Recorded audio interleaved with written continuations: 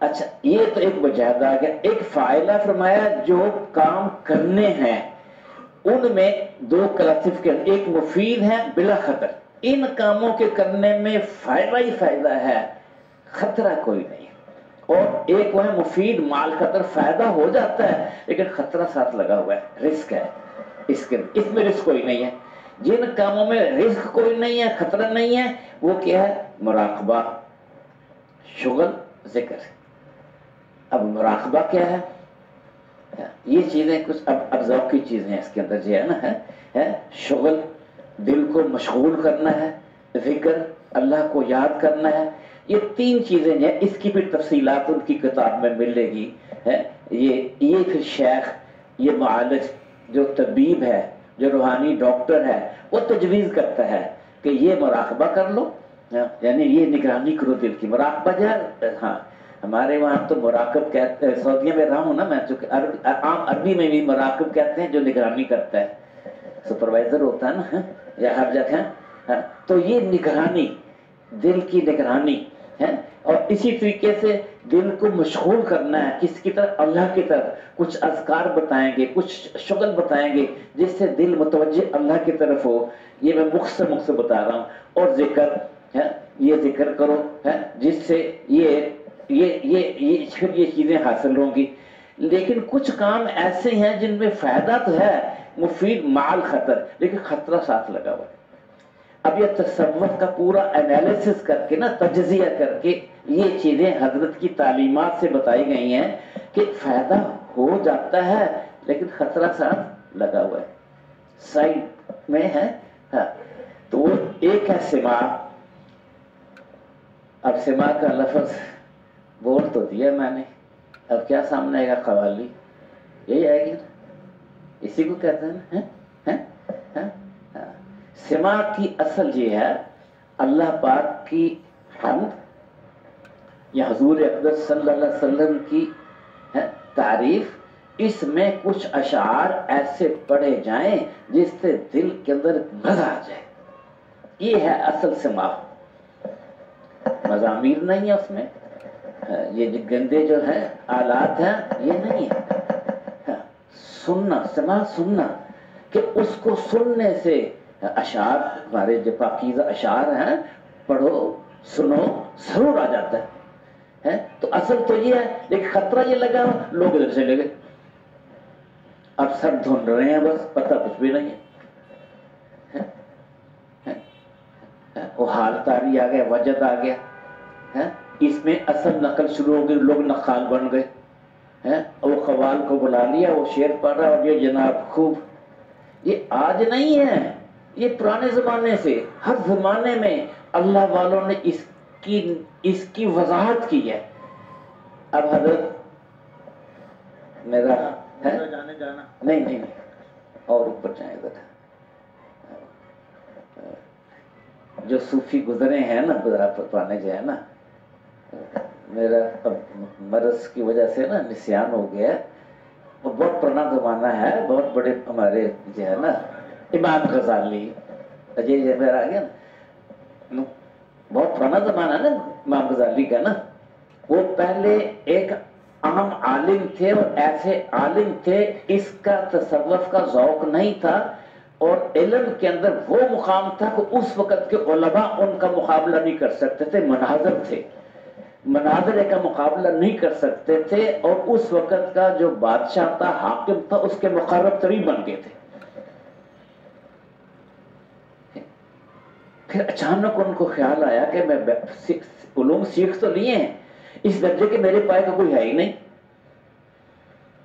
سب سے اونچا رتبہ مجھے مل گیا بادشاہ کے ساتھ، سارے نظام میرے سپرد ہو گیا. اب ٹھیک ہے، نظام دینی ہی ہے سارا کا سارا. ان کا احساس ہوا کہ لیکن میرا اندر خالی ہے، جانتا بہت ہوں لیکن میرے اندر خالی. اس کے لیے انہوں کو اندازہ ہوا کہ نہیں، یہ کرنی، یہ تصوف. پھر وہ صوفی بنے، پھر انہوں نے صحبت اختیار کی، جس سے پھر ان کے اندر بیداری آئی. تو وہ اپنے زمانے کا آپ بتاتے ہیں قوالیاں، وہاں بھی وہ سماع ہوتا تھا. اور لوگ اس میں جھومتے تھے، حالت تاری ہوتا تھا، وجد تاری ہوتا تھا، آج نہیں اس زمانے میں بھی ہے۔ تو انہوں نے فرمایا کہ یہ دیکھنا ہے کہ وجد صحیح ہے یا نقلی ہے، ان کو چھت پہ بٹھاؤ جس کی منڈیر نہ ہو۔ اب دیکھو کس کو وجد آتا ہے، آئے گا کہ چھلانگ لگی تو نیچے زمین پر گرو گے۔ میں یہ آپ کو واقعہ بتا رہا ہوں کہ آج نہیں ہے، یہ قوالی پہلے سے ہے، مقصود یہ تھا جو بتا رہا ہوں، لیکن یہ نقال بیچ میں آ گئے۔ جب قوالی شروع ہوئی اور وہ جناب انہوں نے وہ بڑے خوش ہو رہے ہیں، دیکھو جی اس پر وجد آ گیا، حال آ گیا۔ تمہارے یہ غلبہ حال کا کبھی کبھار ہوتا ہے، اور کسی کو ہوتا ہے، ہر ایک کو نہیں ہوتا ہے، اس کو تو ہوش بھی نہیں ہوتی ہے۔ تو یہ نقال جب بیچ میں ایسے جھومنا شروع ہو گئے ہیں، تو وہ انہوں نے علاج اس کا کیا کیا کہ ان کو کہاں بٹھاؤ، ایسی چھت پر جس کی منڈیر نہ ہو۔ اب دیکھو کس کو آتا ہے، آیا ابھی آگ بھاگ جائے گا ہے، لیکن آ گیا یہ مغلوب ہے۔ تو اس لیے سماعت کا ذکر کیا ہے، اور پھر عشق مجازی، عشق کے اندر بھی مبتلا ہو گیا۔ اس میں خطرہ کیا لگا ہوا ہے، ایک تو یہ ہے کہ اللہ اب عشق کی بات آ جائے گی تو ہم تو عورت کا عشق ہی سمجھیں گے، جو موجودہ فضا کے اندر ذہن ہے، یہ بھی نیگیٹیوٹی ہے، یہ بھی غلط ہے۔ یہاں تو یہ ہے کہ اللہ کی مخلوق میں سے جو چیزیں ہیں ان میں انسان بھی آ جائے گا، یہ آ جائے گا، اس کا دھیان جائے کس کی طرف کہ اللہ تیری شان ہے کہ تو نے ایسا خوبصورت انسان بنایا، ایسا خوبصورت یہ درخت بنایا، ایسے ستارے، ایسے عشق، اس سے اللہ کی محبت دل کے اندر اور بڑھے۔ اصل تو یہ تھی سما سے، لیکن خطرہ لگا ہے نا، مفید تو ہے لیکن مع خطرہ یہ ہے کہ وہ غلط طرف لے گئے، گندگی کی طرف، غلطوں کی طرف ہے۔ پھر اس کے ساتھ یہ ہے کہ تصور شیخ یہ تھا کہ اپنے شیخ جو تربیت کر رہا ہے اس سے محبت اتنی زیادہ ہو جائے کہ اس کا دھیان کیا ہر وقت رہنے لگے کہ میرے شیخ نے میری تربیت کی ہے، کتنے اچھے ہیں، مجھے اللہ کے قریب کر دیا، اللہ کی اطاعت پر ڈال دیا، نافرمانی سے، اس تشدد کے جذبات سے ان کے سامنے چہرہ ہی آ گیا، غیر اختیاری۔ لیکن اس میں آگے اب شیخ کو، پیر کو خدا بنا دیا، پیر کو وہ درجہ دے دیا۔ اصل تو تصور شیخ سے مقصود یہ تھا کہ اس کی محبت جو ہمیں اس کی تعلیمات کی یاد کرائے کہ جو انہوں نے کہا وہ کروں، جو رکھا اس سے رکو شریعت ہے۔ تو یہ مفید تو ہے لیکن معال خطرہ یہ لگا ہوا ہے تصور شیخ کے اندر جانا۔ تو یہ انہوں نے ذرائع لکھے جو ذرائع ہیں۔ اچھا، اب اس کے بعد اس کے تابع جو ہے، اس کو توابع کا نام دیا ہے کہ اس کے تابع یہ حالات آتے ہیں۔ اس کی دو قسمیں کی ہیں، ایک جو ہے جس میں غیر محتمل ضرر، جس میں ضرر کا بالکل اندیشہ نہیں ہے غیر اختیاری، اختیار میں نہیں ہے، آئیں گے، ہوں گے، کبھی کس پر کوئی، یہ سب پر بھی ضروری نہیں ہے، کسی پر آ جائیں کسی پر نہیں آئیں گے، ضرر کا اندیشہ نہیں ہے۔ پھر ایک انہوں نے کلاسیفیکیشن کی کہ محتمل، جس میں ضرر کا اندیشہ ہے، نقصان ہو جائے گا، جس میں ضرر کا اندیشہ نہیں اس میں وجد ہے۔ وجد کی بات میں نے آپ سے کری تھی کہ اتنا مزہ آیا اور مدہوشی ہو گئی، لیکن وہ میں نے بتایا نا نقال نہیں، اثر وہ کسی ہو جاتی کیفیت کبھی جو ہے یہ غیر محتمل میں۔ پھر رویائے صالحہ، بڑے اچھے خواب آ رہے ہیں، فرشتوں کی زیارت ہو رہی ہے، اور بڑی نورانی صورتوں کی زیارت ہو رہی ہے، اور دل کے اندر خواب کے بعد اور قوت آئی، اور اطاعت پر لگ گئے، اور شریعت پر چلے، یہ روایہ صالحہ، اس میں اندیشہ نہیں ہے۔ پھر الہام، اللہ ڈالتے ہیں، یہ کر، اللہ کی طرف سے فرشتہ القاء کرتا ہے، یہ کر، اس سے بچ جا، یہ الہام ہے۔ پھر فنا و بقا، یہ احساس دل کے اندر راسخ ہو جاتا ہے کہ ہر چیز کو فنا ہے، بقا صرف کس کو ہے؟ اللہ۔ سب فنا ہو جائے گی، ساری کائنات ختم ہو جائے گی، صرف باقی والی بات کیا ہے؟ کل شیء فان یبقى وجہ ربک ذو الجلال والاکرام، ایک یہ ہے۔ پھر وحدت الوجود، اب یہ جو ہے یہ بھی اس میں جو یہاں تو کا ضرر کا اندیشہ نہیں ہے، جو اصل وحدت الوجود یہ ہے کہ ساری کائنات کا خالق اکیلا کون ہے؟ تو اسی کا وجود ہے، باقی جو وجود ہیں وہ اس کے بنائے ہوئے ہیں، اس کی مخلوق ہے، اس کے سامنے ان کی حیثیت نہیں ہے۔ اللہ کے مقابلے میں پوری کائنات کی کوئی حیثیت نہیں، یہ ہونا نہیں ہے، نہ ہونا، یہ کا کیا ہونا ہو، یہ وحدت وجود ہے، ایک ہی وجود ہے، کس کا ہے؟ اللہ کا، باقی سب تابع۔ تو یہ ایک اندر میں یقین کی ایک یہ ذوقی چیز ہے، پیدا ہو جاتی ہے، پھر توجہ ہر ایک کی طرف سے ہٹ کے قدرتی ضرورتی، پھر فراست صادقہ، اللہ ایسی سمجھ عطا فرماتے ہیں جو بالکل سچی صحیح ہر وقت بات سوجتی ہے، تو یہ تابع ہوتے ہیں۔ پھر ایک حالات ایسے آتے ہیں جو محتملۃ الضرر، جس میں ضرر کا اندیشہ ہے، نقصان کا اندیشہ ہے، غیر اختیاری ہے، غیر مقصود ہے۔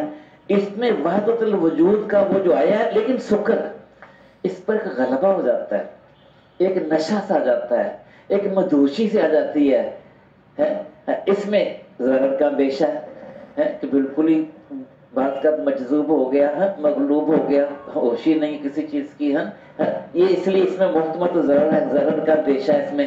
پھر کشف کونی، کائنات کی چیزوں کا، اس کو عام آدمی نہیں جیسے ہی دیکھ رہا ہے، جہاں بیٹھا بار بندہ آ رہا یہ دیکھ رہا ہے، یہ کسی کسی کو ہے، ہر ایک کو نہیں ہوگا یہ ہے۔ تو اس میں جو ہے نا یہ کشف کونی، پھر کشف الہی، یعنی وہ اللہ کی طرف دھیان جا رہا ہے، اس کی قدرت کو، اس کی رحمت کو، اس کی کبریائی کو، اس کے ہے صفات کمال کا مشاہدہ ہو رہا ہے، اس کو جو ہے نا، اور پھر تصرف، ایک اللہ طاقت دے دیتے ہیں، ایسی طاقت جو عام انسانوں کو نہیں ہوتی ہے۔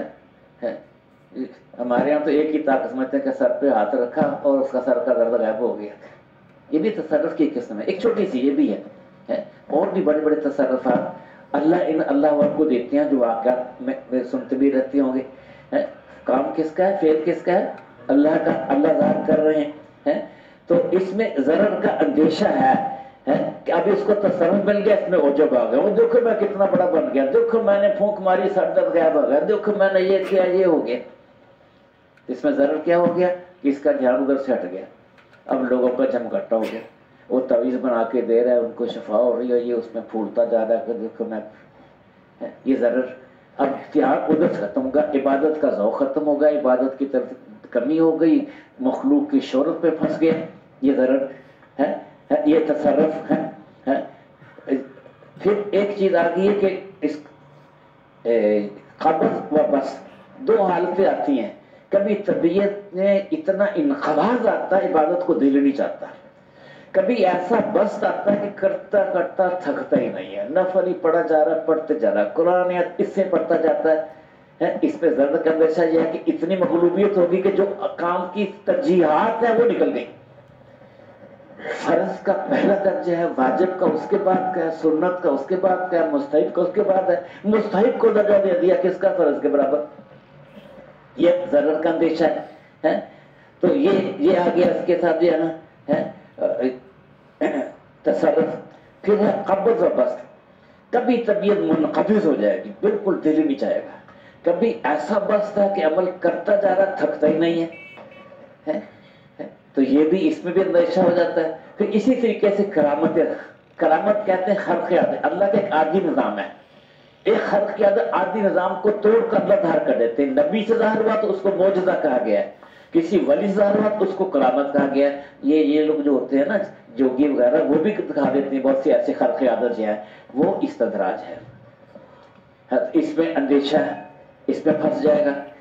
پھر مشاہدہ، کچھ ایسی چیز مشاہدہ ہوتی ہے، اس کے دل کے اندر کی بینائی جب بیدار ہوتی ہے، وہ ایسا مشاہدات اس کے سامنے پھر آتے ہیں۔ تو یہ ایک پورا انہوں نے آ گیا، اب اس کے ساتھ یہ مقصود آ گیا، اس کا ثمر آ گیا، حاصل کرنے کے ذرائع آ گئے، اس کے تابع یہ حالات آ گئے۔ آگے آخری بات جو انہوں نے لکھی ہے، موانع، یہ رکاوٹیں ہیں، یہ ہرڈلز ہے اس راستے میں، ہیں اس میں مخالفت شیخ کی نہ ماننا، جس کے ساتھ آپ نے اصلاحی تعلق رکھا ہے، اس کی تعلیمات کا انکار کرنا، یہ معانع ہے، نہیں مانے گا تو اس کو یہ ہے، یہ مقصود اصل، یہ رکاوٹ ہے، یہ ہرڈلز ہیں.